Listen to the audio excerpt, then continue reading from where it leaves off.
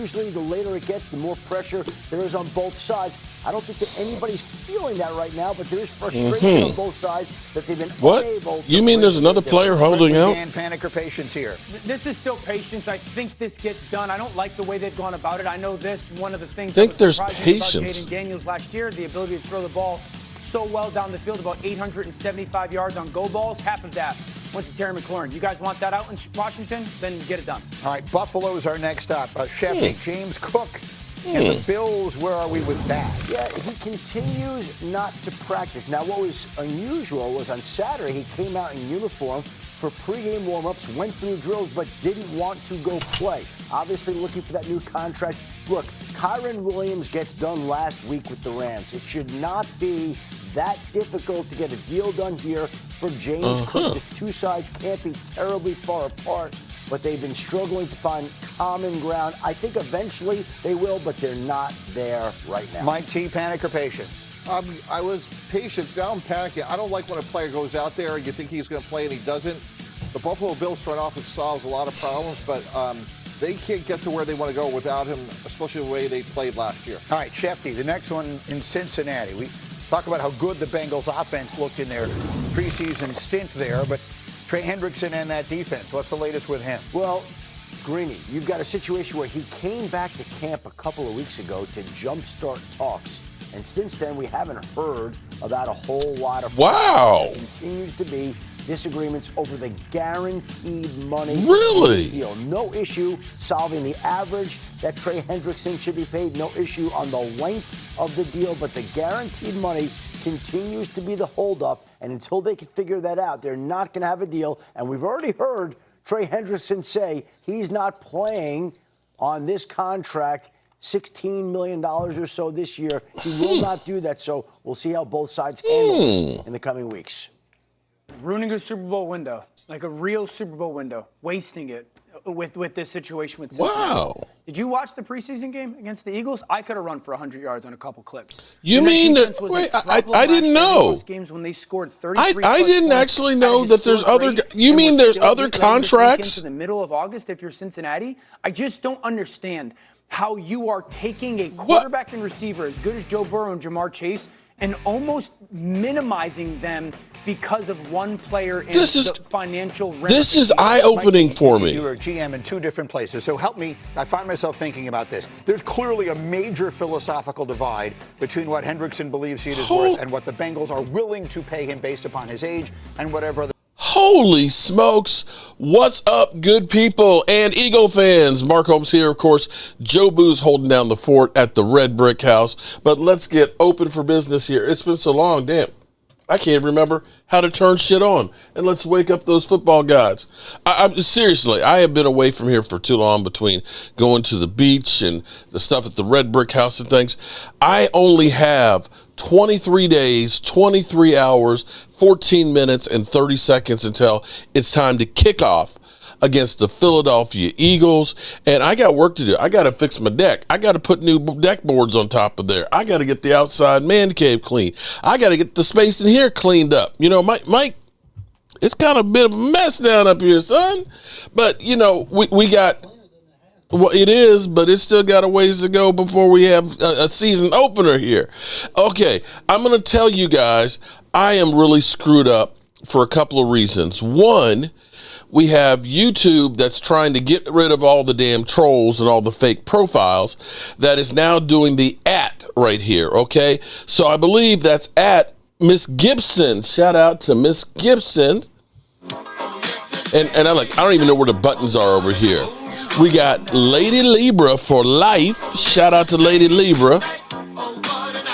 Holly Pierce is just a bunch of letters, but I think it starts with H. Shout out to Holly.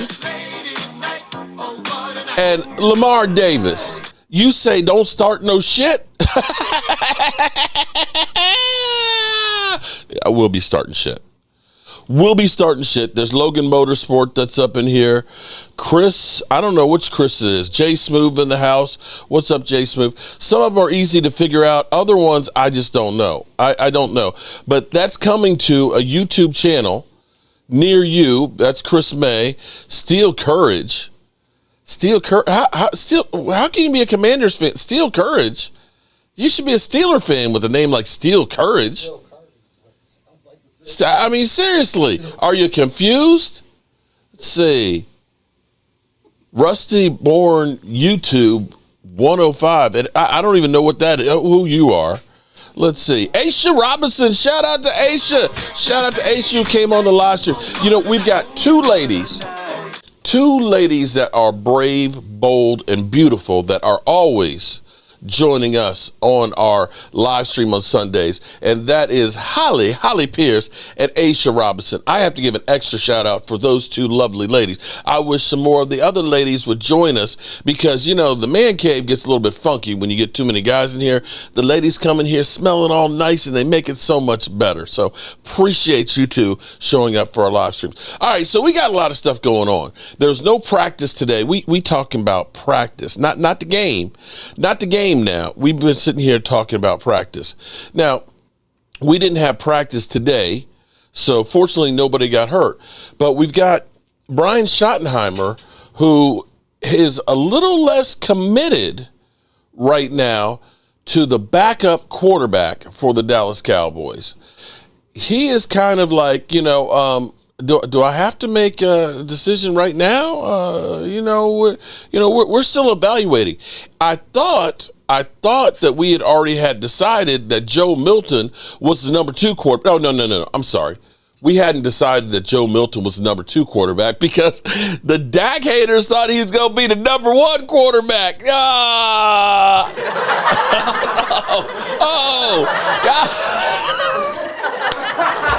Oh, they thought for sure. They literally thought for sure. He got that cannon for an arm, man. He got that You see that arm in practice, man? Oh, my God, man. He's launching that ball 70, 80 yards, man. Dak is whacked. Get rid of his ass, man. Joe Milton is the one. Yeah. And now you got the coach saying, well, we're not sure who going to be the backup quarterback right now. We know what we got in Will Grier. Will Grier is Cooper Rush 2.0. Not a cannon for an arm, not an incredible runner, a career backup. With Joe Milton, you got a lot of potential and youth. And I'm not going to go ahead and condemn Joe Milton for playing his first preseason game with the Dallas Cowboys with a lot of ballyhoo behind him. I will say he was nervous. He was nervous and he was launching that football like a rocket. And it's all part of learning. Nobody comes out the box and is great. You know, I was by my mother's house today. Shout out to my mom, who definitely misses my dad. And just sat out in the backyard just talking about a whole bunch of things and stuff. And she has a table that she's been using for canning for probably about 25 years or so. And the table is a table that I actually made. It's actually, if you may remember years ago, there were when people had ceramic tiles in the tables. And I made that table when Michael and his sister were babies. Literally. I made it like 35 years ago. And when we moved here at this house, Tracy didn't really like it that much. And we ended up getting a different table, which she turned out that she didn't really like that one too much. But I gave that table to my mom because it was made out of oak. It's real thick oak, and it's a trestle table. And she was talking about how many times she has cooked and canned and put the pressure cooker on there. And she was talking about the longevity of things that I did, because there are literally cabinets I built that she still has and uses from 15, when I was 15 years old. And I look at those and I say, damn, they're still holding up, but they ain't that pretty in comparison to what I can do now, because I've learned. And that may be the case with Joe Milton. Joe Milton, he's raw. He's got the arm strength. He's got the size. He's got the quickness of things. But he got to learn how to get out of bounds and learn how to slide. He's got to learn that sometimes I have to fire that ball between coverage, and it's got to zip fast because they're closing. But other times, I just need a soft touch. And this is all progression and learning. You don't give up on a guy like that you just traded for. You work with him and see, can I teach him more? And I don't know that he's ready to be the backup quarterback. But in all actuality, I think the reality is this.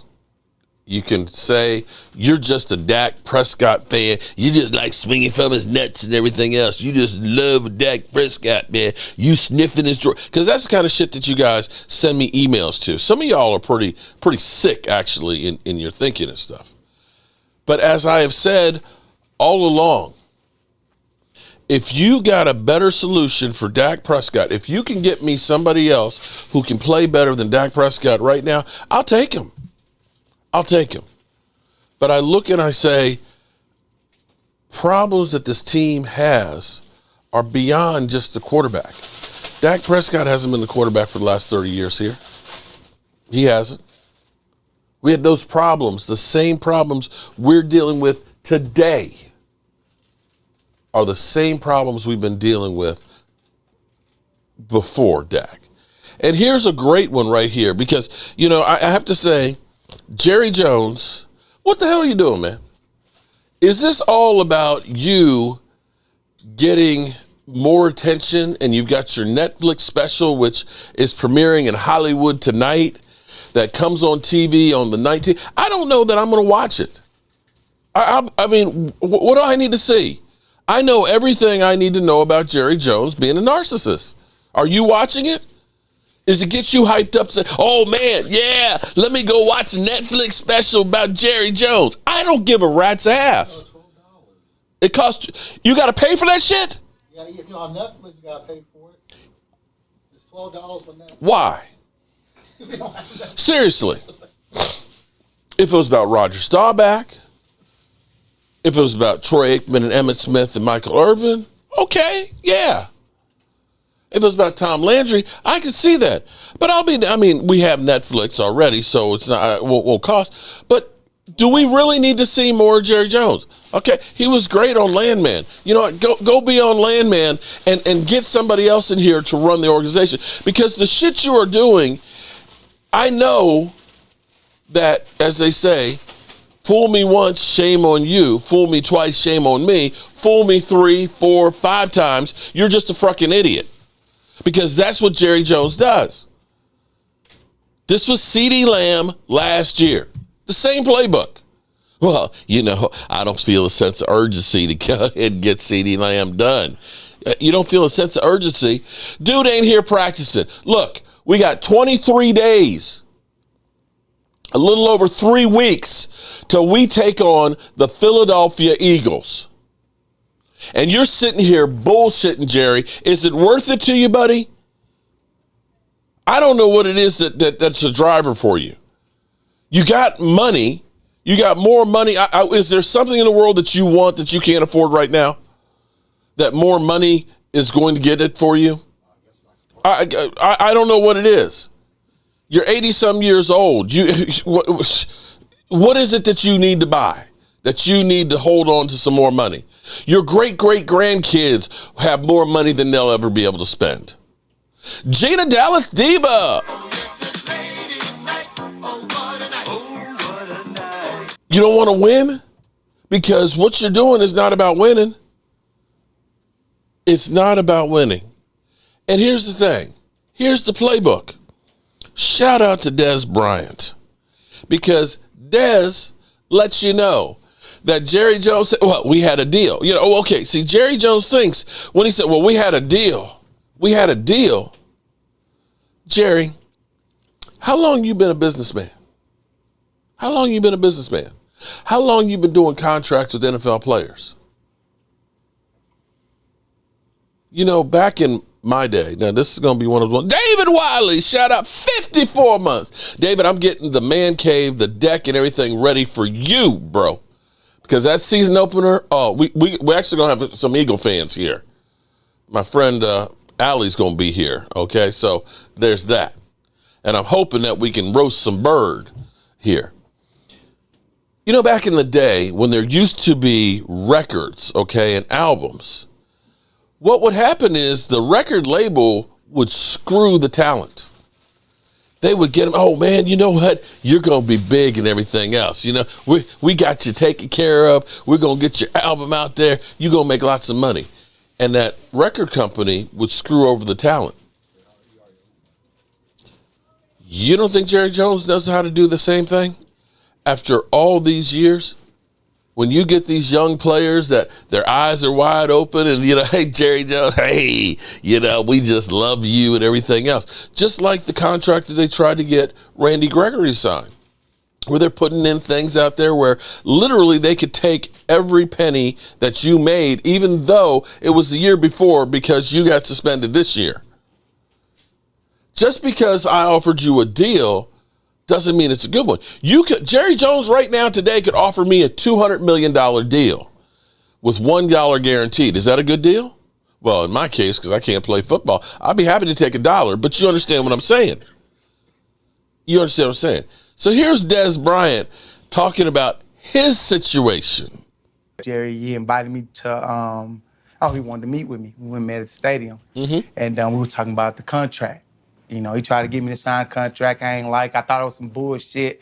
And I was like, I ain't this dumb. 10 years for $100 million, $20 million guaranteed? I'm not that dumb. First off, I know I just played 5 years, so I know I'm not going to play another 10. I'm not expecting to play another 10. So it's like $20 million guaranteed. I'm seeing what's going on. So it's like, nah, I'm scoring at will. So it's like, nobody getting in the end zone the way I'm getting in the end zone. So, you know, it's like, I ain't taking that shit. They're going to cut your ass in year 2.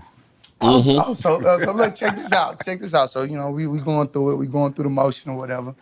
You know, I'm listening to him, you know, and I kind of interrupted him a little bit. I stood up and I was like, hey, Mr. Jones, you see that field down there? I say, you think you can, you think you can cover me? He's perfect. I love this. Nah, you'll destroy me. And I said, so what makes you think that I can sit here and negotiate a contract with you? Just like that. And then right after that, he got talking about, you know, trades and things like that. I remember walking out there, motherfucker said, I'll take my chance. Trade. There you go. So you see the game. Pamela Savage in the house. What's up? I'm going to tell you. I'm going to tell you that I understand completely what YouTube is trying to do with this, okay? Because there's always the fake Mark Holmes and things like that. I mean, if you go through the blocked people on there, there'll be, 20 Michael Holmeses, there'll be 20 Mark Holmeses and things like that, that are going around and they're saying, because I do have trolls out there that go to other channels to pretend to be me and act like, try and stir shit up. So I understand what they're doing. But I'm looking at Pamela Savage's and I can't tell you what the heck that really is. All I know is I know that face. So that's how I remembered it. We got a super chat. Aisha Robinson, Mark, I'm sorry I was quiet yesterday. I had a tough week, and I was thinking about my mom all through work. I just miss her so much. Aisha, I understand that, girl. Sitting there today with my mom, I know how much my mother misses my dad. And for me, every time there's some crazy news with the Cowboys, I was always calling my dad and telling him about it and explaining it to him and things. And with all the stuff that's going on, every time there's some news with the Cowboys, I don't have it. So I send you my condolences and send you my prayers, girl. And I want you to know you're not alone. Oh, Lordy. And here's Philly 500, okay, who's been sweating bullets. You were sweating bullets there, and you still are. Because Landon Dickerson, much like Tyler Guyton, went down, and when a guy goes down and they're holding the knee, you're like, oh, please, baby, please, baby, please, baby, please. Oh, please, baby, please, baby, please, baby, please don't be an ACL. Big George with the super chat. Shout out to Big George. Appreciate it. No comment.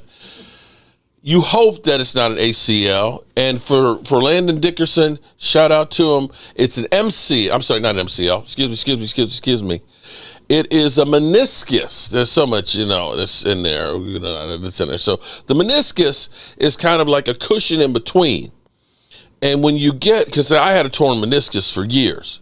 And what happens is it's basically the knee joint has to roll on it. If you get like a partial tear, they can go in with the scope and just kind of scrape it and smooth it out so that way it's not a whole lot of healing time on there.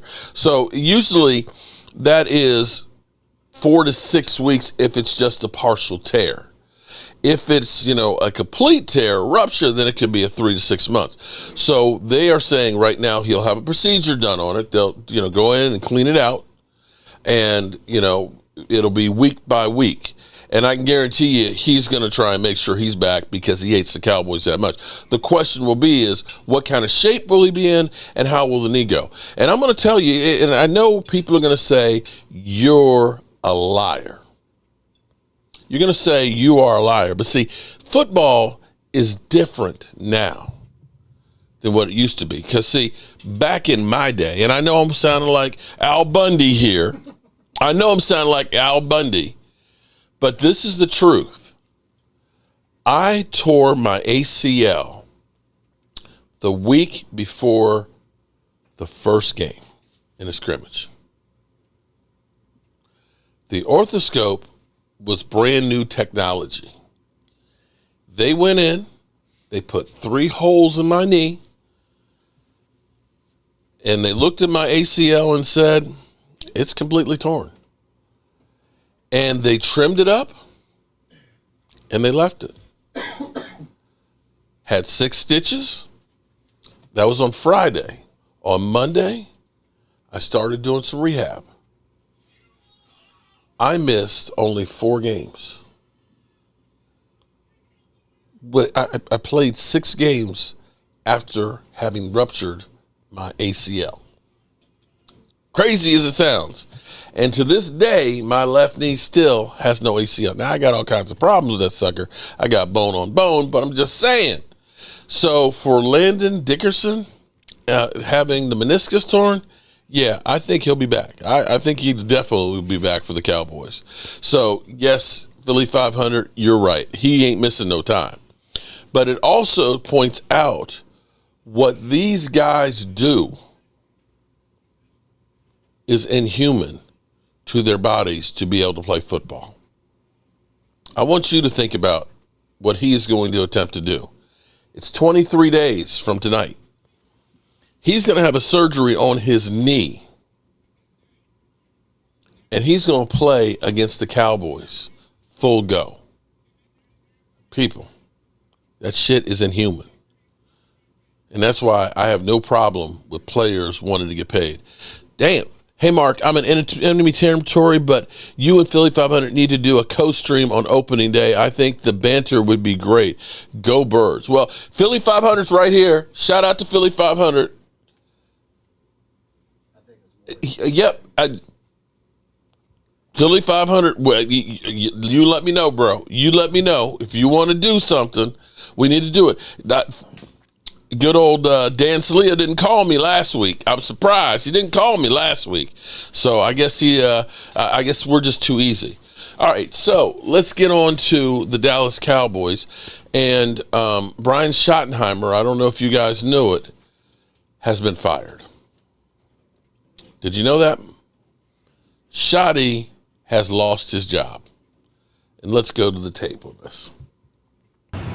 I talked to my wife. I talked to a couple of the guys on staff. Actually, I'll make fun of myself here for a second. So after the game was over, I did the team prayer. I called them up. I talked to the guys, and I decided I was going to do the team prayer because obviously my faith is really important to me. Well, I went straight Ricky Bobby on them, and I actually cursed. Yeah. Okay, I cursed. I think I asked God to help us in the red zone. Said damn, we left some opportunities out there. So I fired myself from doing the post-game prayer. Been fired. I will not be doing that anymore. But we played the clip for the guys. I said, hey, let's talk about accountability, because we got to address this. We got to get this fixed. And we played the whole clip of Will Ferrell at the kitchen table doing the prayer, where he's talking to baby Jesus and all that stuff. And I think everybody knew, because I think Sam Williams was like, afterwards, he said to Dak, he goes, can you swear during the prayer? So I have fired myself. I will no longer be doing the post-game prayer. Chalk that one up, that when you're that emotional and there's the ups and downs of a game, you don't need to be the one talking to God. So that's something that we, good, better, how, we after action report, and we've got cleaned up. Yep, he's been fired from doing the prayer, so there's that. All right, so we were just asked, would Malik Davis make the roster? That is a very, very good question. He did look good, and I will say with Malik Davis, here's one of the things you have to kind of look at this and say, he did just get signed, and so he does not have camp legs right now. He was also playing later in the game when you definitely were clearing the bench. Do I think he makes the 53-man roster? I don't think he will, but he may be on the practice squad. Now, we have Jaden Blue should be back. Actually, they're talking about him being back, that the bone bruise is a little bit better, and that he should be back at practice this week and possibly playing this weekend. I think Phil Maffa definitely made a case for being on the 53-man roster. They really liked what he was doing, contrary to where Cowboy fans are losing their mind about the first preseason game. Listen, we didn't play but a couple of starters, and unfortunately, the starters that we played, or excuse me, I should say potential starters, did not make the case for them to make the roster. And I am saddened because Rusty Born YouTube, who were you before? It's messing with my mind because, Sugar Daddy Williams 67. Okay, I know Sugar Daddy. I know Logan Motorsports. I know Jeff Lee. My name is Jeff. Kevin 7. BFG. Some of them I just don't know who they are from the names. Dakota Neal 49. Okay, so I'm still trying to get used to Jimbo 215. Shout out to Jim. I know Jimbo. Jimbo was once blocked, and he sent me an email and said, I'm an Eagle fan, but I love being on your channel. Please let me back. I said, man, I didn't block you. And Lamar Davis, of course, Lamar Davis stays at that. Find out who your people are. Geez. Lamar, bro, it all changed. It all changed in the last couple of days. Just because your name didn't change, but a lot of people's YouTube name is not the same. See, Philly 500 is still Philly 500. Coyote, preseason doesn't mean shit. Support our guys. Amen on Coyote. You are 100% right on that. All right, so I have been a supporter of Mozzie Smith. And I've had a lot of hope for Mozzie Smith. And I've been saying that I don't know that Mozzie Smith had gotten a fair shake, but it was so bad this weekend. I'll be real with you. When I'm live streaming the game, I've got 4 screens that are in front of me. I've got the television screen. I'm trying to read the chat on 2 different streams and things like that. So it's hard for me to actually focus in on the game and the individual players and things that are on there. I rely more on you guys. But I honestly thought that Mozzie was not playing in that game. Mozzie played 2 series in that game, and it wasn't good. Mozzie looked so lost. They're doing a gap control defense, and you've got to be able to control the gap. And you have to be able to use quickness and to use force. Willie Vesser, yeah, okay, Willie, definitely know you. He looks completely flustered, out of whack, and checked out. And I'm sad about that because that was a first-round draft pick. that it looks like we've kind of wasted. Yeah, thank you, Micah Parsons. And you can go ahead and blame Dak for everything. That's the easy thing to do. But see, when you have a first-round draft pick that literally you've gotten nothing out of, that kills you. And right now, he's in danger of not making the roster. And it's warranted. It is warranted right now. He does not look good in any stretch of the imagination. And I've been a guy who's been pounding my chest for him because they have seemingly not knowing what they wanted him to be. From Dan Quinn basically telling him, you're too fat and too slow. I need you to get upfield, lose weight, and literally losing about 40 pounds and not knowing how to adjust it. Then you get another. Mike Zimmer comes in, says we're going to basically start all over with this guy, and we're going to have, teach him what we need him to do and put more weight on. And then you bring him back this year and you say, we're going to, play the guy's strengths. We're going to fit the scheme to the players. And you say, oh, Mozzie, by the way, we want you to be a 3 technique and a 1 technique, and we want you to lose weight and be able to get upfield. None of those things are strengths of his. And it's just, I think he's just not going to fit here. I honestly think that maybe the best thing for him, and maybe for the Cowboys both, is that the spotlight is so big on him that he's never going to be able to live up to those expectations, and it's better for him maybe to go elsewhere. Cowboy fans swore Lazy Smith was better than Carter. Dan Quinn ruined Mozzie Smith. Thomas, I'm with you on that one. Because the thing is what Mozzie did was basically clog up the middle of the field. He wasn't a pass rusher. He was a guy that would take on the double teams with his big fat ass and just hold the line. And now what the Cowboys have done is, no, we don't want you to do that. We want you to do something else that is not fitting. If you want Mozzie to shine, let him play like he did in college and let him loose. Really, that's exactly what I'm saying, that the Cowboys are playing mad scientists here and trying to make him fit and work into the system that they want him to do. But it's not working. It's not even close. Carter is a dog. I have to admit it. I like him. DMV was right about Mozzie at the draft. Yeah, well, he was raw. And, when you think about the Cowboys may not want to give up on a guy that they used first-round draft pick on, they did with Taco. After year 2, they ended up moving on for him. So, yeah, he's just not doing it. Another one that you look at is Schoonmaker. Schoonmaker, you spent a number 2 pick, and for whatever reason, I don't know why, we suck at second-round picks. Schoonmaker, he got a couple 100 yards last year while Ferguson was kind of out, but he isn't anywhere near giving you what you expect to get from a second-round draft pick. And right now, he doesn't inspire. He doesn't make me, oh, man, there's Schoonmaker. It just doesn't seem to be a good fit. And that happens. There's a lot of times that you draft players that don't pan out the way you think. I mean, hell, ask the Giants about Daniel Jones. He probably has no trade value. Oh, there's no trade value. I mean, nobody's going to – the best you can expect for like a Mozzie Smith trade would be a 7th-round swap. Maybe, you trade – basically you're dumping salaries and, they throw in somebody just to kind of say we threw in somebody.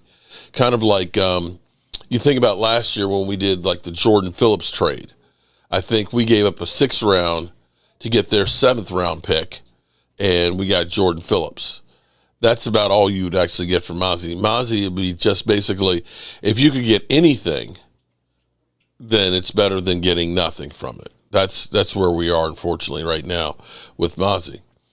And then and I don't know if there's any validity to this one or not, but you have some of the talking heads basically saying that Jalen Tolbert may be trade bait. But in my mind, I'm sitting here thinking, well, we had Amari Cooper who was coming off of a 900-yard season, and we only got a 5th-round pick for him. What are you expecting to get for Jalen Tolbert? And it does make some sense because you look and say, well, Jalen Tolbert now is entering, his 4th year, and he'll be a free agent. So you look at that and say, okay, yeah, well, maybe, you do look and say, let's move on from him so that way we don't get, lose nothing for him. We don't have to pay him a big contract. I mean, we didn't want to bring back Cedric Wilson, who really, when you look at it, Cedric Wilson and Jalen Tolbert are about the same spot that we were when Cedric Wilson left and went to Miami. So if you can get something for Jalen Tolbert, because you kind of have a crowded locker room right now when it comes to wide receivers. Getting we all know George Pickens, and thank God CeeDee Lamb didn't get destroyed when he got run up on by the official, which was truly CeeDee Lamb's fault. You're not supposed to be in the white section right there. You will get a flag if you are in there, and you probably get a fine from the NFL. And for him to be in there and not even looking, that was not wise. And we're lucky that he didn't get hurt. But with CeeDee Lamb, George Pickens, and knowing that you want to use Kayvon Turpin in there, and Jonathan Mingo has been kind of coming on pretty good, and maybe looking like maybe the Cowboys were okay with that 4th-round pick, and then you've got the undrafted rookie free agent that was in there playing really, really well too. So you look at that and say, yeah, maybe Turpin is expendable. And that, again, is going back to that draft where we didn't get anything to help our roster. And when you end up having a situation where you've got Mozzie Smith, you've got Schoonmaker, and then you get a Jalen Tolbert, that's a 1st, a 2nd, and a 3rd-round pick that you really haven't had much of an impact, although I will say Jalen Tolbert was the best of the lot. It sets your team back, especially when you won't go into free agency to try and make it up. So the team has problems. The team has holes. And the team, if I'm looking at this instead of us, and Hurts ain't as good as both of them. Dak is a regular season merchant. He's a great value. Lamar Jackson, neither performs in the playoffs. Howdy, fans. But see, Lord Vaughn, I hear you. I hear you. That everybody says, well, Dak doesn't perform in the playoffs.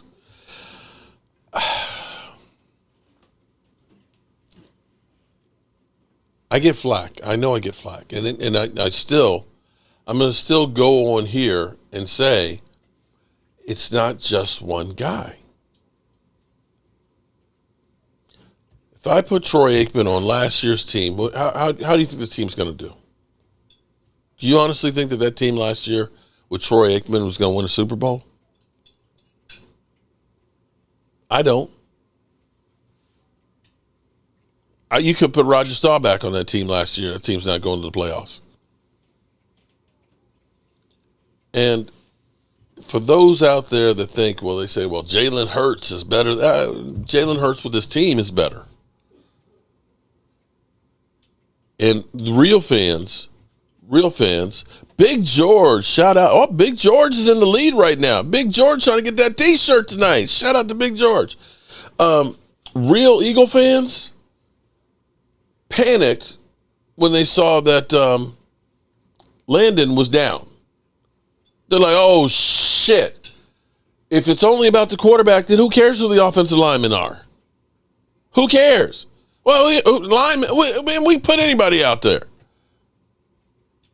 We put anybody out there, and we're fine. Flip Shelton, I'm going to say, here was the problem, though, Flip. The Cowboys played great that regular season. I'll give you that one. I'll give you that one, too. But what happened in that game in 22, and Walker Wade will beat me down and say, no, we had a great team. But we still gave up over 160 yards rushing the football. We also had a Zeke Elliott who had, I can't remember if he had hyperextended his knee or if that was the PCL injury. But in the middle of the season, he got hurt. He was averaging 4.3 yards or so a carry. After the PCL injury, he was like 3.3. And in that playoff game, the Cowboys had no running attack. You understand that, right? See, and people will say, well, you know what? In the Super Bowl, Saquon didn't have that many yards. But see, the thing is Saquon, because Saquon had the year that he had, Kansas City had to put 8 men in the box to try and make sure. No new news, unless you're listening to Adam Schefter, and we'll get to Adam Schefter in a minute. You put 8 men in the box because you were worried about Saquon beating you. You weren't sure that Hurts could. But because you had 8 men in the box, you got single coverage on A.J. Brown and Devontae Smith, and Hurts was good enough to get the ball to those guys. Cowboys, ain't nobody putting 8 men in the box to stop them in the playoffs with a Zeke Elliott with a PCL injury. And Philly 500, you can say excuses. It's a legitimate excuse. Cowboys didn't have a 2,000-yard rusher and the best offensive line in football. And to say it's just Jalen Hurts is actually denigrating all of those great players that you have on your team. I wish I had a team that was like you, Philly. It drives me crazy that you have a real GM that instead of out here trying to be Hollywood and sell Netflix, specials and get as much publicity as he can, that he's screwing my team over. And if you don't think that having Micah Parsons sitting on his ass, here it is 23 days away, is hurting the team, or that's an excuse, it's a valid excuse. Thank you, Benny. I appreciate the shed. I miss the shed, man. I like going out there at night. I turn the light on and stuff.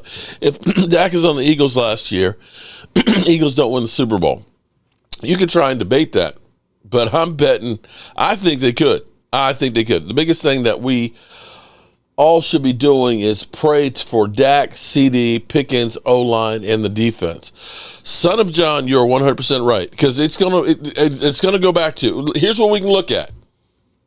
Oh, let me ask you this, Philly, while you're here. Okay. Philly 500. Do you look at this team? Now, this is a real question. Forget about the quarterback. Just take the quarterback out of the equation. Do you look at the Dallas Cowboys team and say that's competent enough right now as constructed to win a Super Bowl with the right quarterback? That's a real question. Do you look at that and say the Cowboys offensive line, good enough to be a Super Bowl contender? Do you look at that and say, you can probably say that about wide receivers. Do you look at the Cowboys running game and say those running backs are Super Bowl caliber? Do you look at the Cowboys defensive front, especially without Micah Parsons right now being holding up? Do you look at that and say that is Super Bowl caliber? Do you look at the secondary and the linebacking core and say that is Super Bowl caliber? How many of those, Philly? The only one I say is the wide receiving core. Wide receiving core. And if that's all you think is actually good on the team, then how is it do you expect one guy to elevate that whole roster to win a Super Bowl?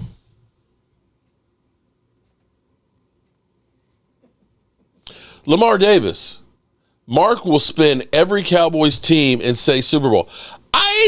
Then that would be me right now saying, Lamar, don't be an idiot.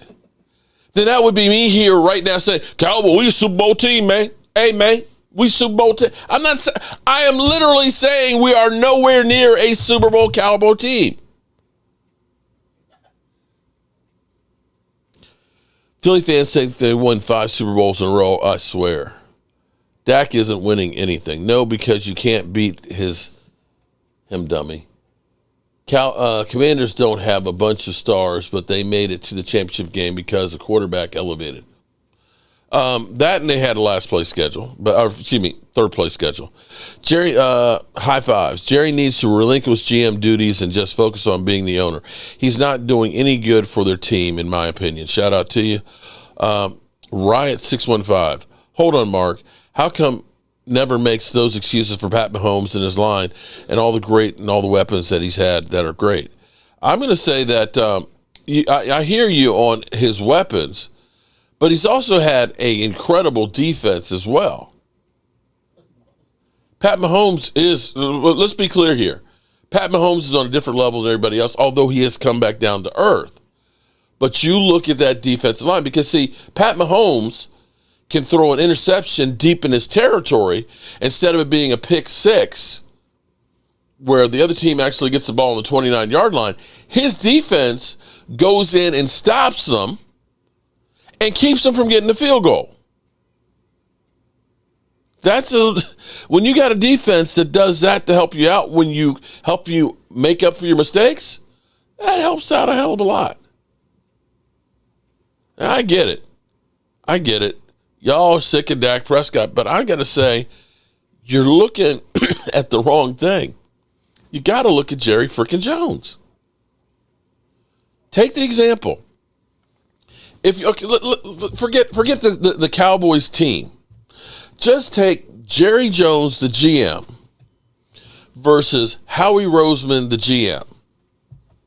Who's winning? Who's winning?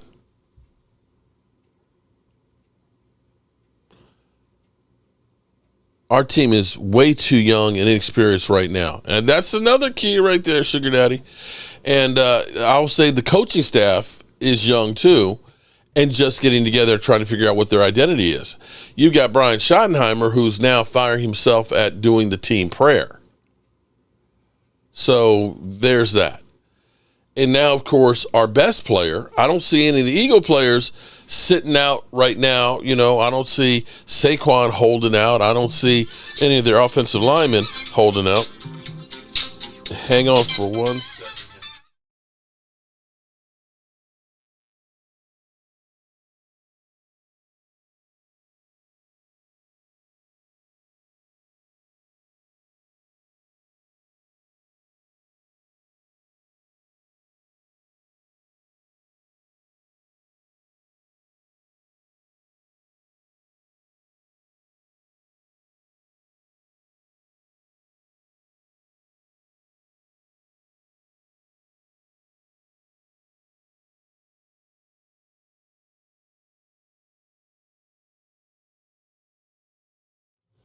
I'm sorry, a little bit of an emergency there.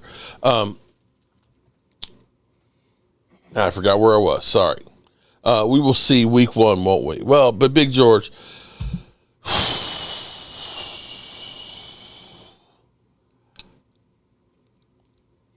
in football, you always have a chance. You always have a chance. But let's be clear here. The Eagles are flying high. They're feeling good. That Landon Dickerson is not going to miss any time and things. We are still feeling ourselves out where we don't even know who our backup quarterback is. We don't know who our running back is going to be because most of ours have been injured, and you don't look at them and say they're primo guys. We're not sure if our number 1 draft pick from last year, Tyler Guyton, who's going to miss all of training camp now with the bruised knee, if he's going to be a starter at left tackle, or if it's going to be Big Nate. Our secondary, we don't even know who's going to play nickel at the moment. We don't know if Diggs is going to be playing. We don't know if we're going to try and bring in Stephon Gilmore. We are still constructing a team 3 weeks out to take on the defending Super Bowl champions in their house when they're going to drop their banner. So that's going to be a tall task. I advise you to watch the Wheel of Fortune come the 4th. Hope all's well. Oh, I'll be watching. Oh, no, we'll be here. We'll be having a party here. We'll be watching. And, if we get beat, we get beat. That's football for you. And there's not much else I can say on that one. Now, as far as Micah Parsons goes, and back to Kansas City, one of the reasons why Kansas City and Pat Mahomes is as good as he is that guy right there, Chris Jones on the defensive line. Give me a Chris Jones on my defensive line instead of a Mozzie Smith, and then let's talk a little bit more. But he had a little take on Micah Parsons' situation. Well, I wanted to ask you about Micah just because you've been through it. Last one for you very quickly. When you see this happening, what is the one thought that you have? I mean, it's frustration on both sides. I mean, it's probably frustrated for Jerry with everything that's going on, and then the contracts he's recently gave out as an owner. Mm-hmm. When you're looking at it from a business standpoint, it's like, I give all these guys contracts and it doesn't go as well as he wanted to go. And then you look at it from a player standpoint who goes out there day in and day out and put their life on the line and do the best they can for our organization. Mm-hmm. So I'm quite sure they'll get it worked out. I don't see Michael playing anywhere else other than Dallas. I think Dallas loves Michael. I think Micah loves Dallas, and I think Jerry Jones will get it worked out. You know, the same thing happened with Dak. You know what I mean? The back and forth, and they eventually got it worked out, which he became the highest paid quarterback, right? And that's way in your rearview mirror. That's a thing of the past twice over. So I wanted to ask you about Micah just because. Okay, so at least Chris Jones thinks. Now, here's the thing. I don't know what you're doing, Jerry. I don't know why you think that this is how you go about winning football. That you sit here and you blame solely the players. Well, I paid this guy. You know, you were the one, Jerry. You are the one who went in last year and said, well, you know, we paid Dak and we paid CD. You know, I paid Dak and I figured we're going to win a Super Bowl. It doesn't stop there. It doesn't stop there. You have to make the right calls. We just talked about how Mozzie sucks, how Schoonmaker sucks, how Tyler Guyton sucked last year and is not on the field right now. You're the one that got rid of Amari Cooper and didn't replace him until now, George Pickens. So when you talk about letting go 9 starters from the season before and saying we're going to go all in and you do nothing and then say we're going to do more with less, and then you decide that I'm going to wait to get CeeDee Lamb paid instead of paying him at the time $30 million, I pay him $34.5, and Dak Prescott, instead of paying him, he could have got him for 52 as opposed to 60, and then you turn around and blame those guys and say, I wrote them checks. When you're sitting here right now bullshitting when you had a guy 18 months ago who said, let's get this thing done. I don't have to be the highest paid. And now you are sitting here after trying to pull the wool over his eyes and bullshit him about getting him to sign a contract without his agent that you know that you were going to bend his ass over and toss down his throat some bullshit like Sador Sanders. I mean, not Sador, Travis Hunter. Like that bullshit ass marriage that he's got, where she knows she's got his ass over a barrel that she's taking care of for the rest of his life because he was too stupid to understand how he's being taken advantage of. Instead of getting a damn prenup agreement, instead of actually listening to people who understand what they know is wrong. And they live in Tennessee. And right, and literally got married in Tennessee, where you can go ahead and get a divorce tomorrow. Even though you just got married today, there's no annulments or anything like that. That you know that half his shit, Eddie, half his shit. No, she could take everything. Okay, take everything. Is gone. Tennessee. And instead of Micah Parsons letting, you know, the wise old oil man who's been doing deals and shit like that forever take advantage of him, he says, talk to my agent and we'll get it done. And instead, Jerry Jones is sitting here playing the victim. Well, we had a deal. You know, I could look at his eyes and I could see that we had an agreement here. Well, what was it? Just show us, Jerry, on paper. Oh, it wasn't written down.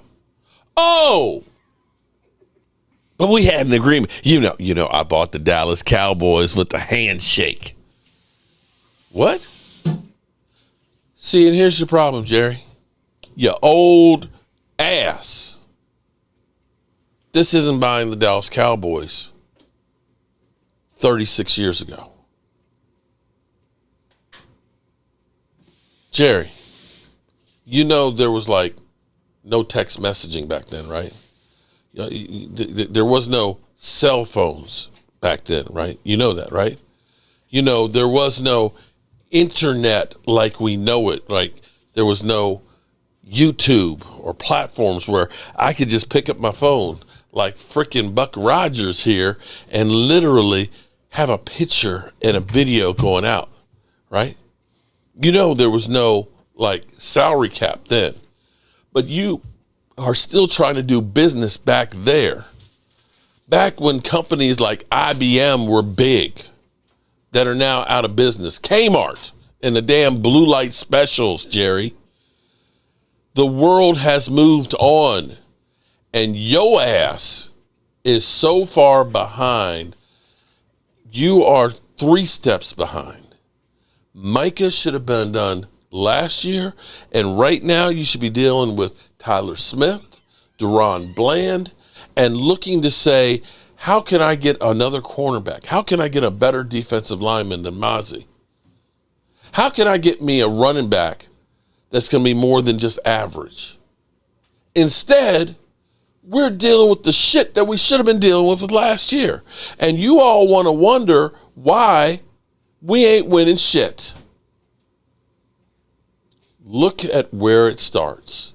The culture problem is still here, and it's Jerry frickin' Jones.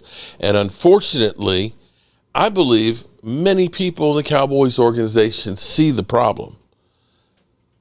But unfortunately, they know they can't go against Jerry Jones. They're scared, as they probably should be.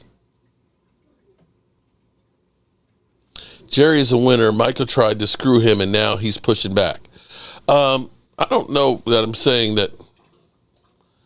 I'm not saying that. Oh, well, I don't know how trying to get a good deal for yourself is screwing Jerry. Micah Parsons can go out there and end up being done. Parsons not doing a team. But Walker, why should any player do a team deal? I'm being real with you. Shout out to you, Walker Wade. But no, seriously, why should anybody do a team-friendly deal? Because when you do more than what your contract or what your expectations were, they don't come back to you and say, you know what, you overperformed, so we're going to give you some more money. They don't. Breaking news, mother humpers. The Cowboys still stink. Thank you so much. Rico was let go this offseason. Hard to come up with excuses on the fly. I'm not trying to come up with excuses, but it's the truth. Christine Marie. Shout out to Christine Marie. How are you doing tonight? I mean, seriously. Seriously. How can we not look at this and say we're hurting the team by everybody having to constantly answer to their thoughts about Micah Parsons not being here? It's not like Jerry Jones is going to go ahead and get a great deal, that we're going to turn around and after all this, that Micah Parsons is going to take a team-friendly $15 million a year deal, and it's going to be like, great, and we're going to then take $25 million, and we're going to go out there and we're going to sign a bunch of players that can help the roster. If you're going to tell me that we're going to do this stuff to Micah Parsons like this, and it's going to lead to us getting 3 more players this year to help us win, I'd say go ahead, Jerry. You the man. But we all know that somewhere between 10 days and 2 weeks before the Eagles game happens, Micah will be signed and will be back at practice, and he'll be on a pitch count to start the season. And it will end up being, he'll be the highest paid, and Jerry Jones will say, well, I pay my guys. I got the highest paid quarterback. That is, if Lamar doesn't get his deal before the season starts. CeeDee Lamb, he was one of the top paid, and Micah Parsons. That is his badge of honor, that we paid more than anybody else. Maybe he's waiting for Hutchinson to get his deal, and so that way he can pay a little bit more for Micah, so he can say, we take care of it. That's bullshit, man. I'm sorry. I'm laughing at all this. Not paying Micah, Jerry Jones, to be good enough to be relevant, Alan. That's good enough for Jerry Jones, unfortunately.